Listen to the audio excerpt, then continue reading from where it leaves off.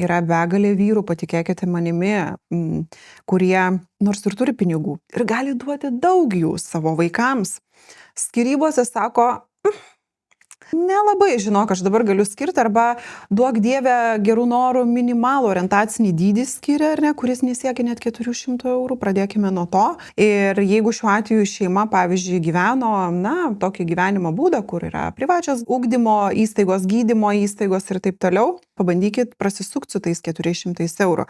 O sako, žinai, mieloji, baigės mūsų bendras gyvenimas, dabar tau reikės gyventi pačiai.